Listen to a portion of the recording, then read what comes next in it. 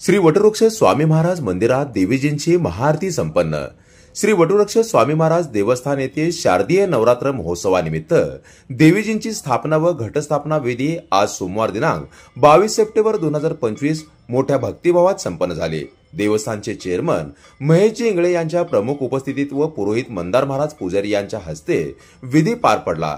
यावेळी महेश इंगळे यांच्या हस्ते देवीजींची महाआरती देखील करण्यात आली।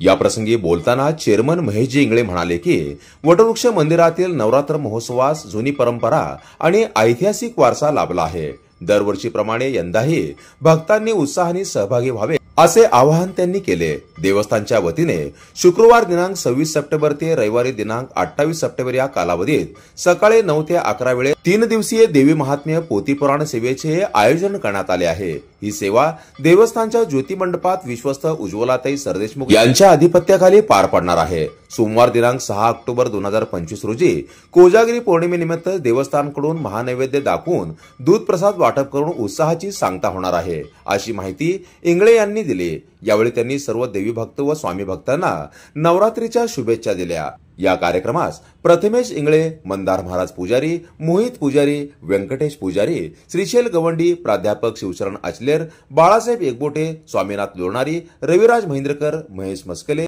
ऋषिकेश लोणारी, गिरीश पवार, विपुल जाधव, प्रसाद सोनार, श्रीकांत मलवे आदी मान्यवर उपस्थित होते। जनता संघर्ष न्यूज, सिद्धार्थ भडकुंबे, अक्कलकोट।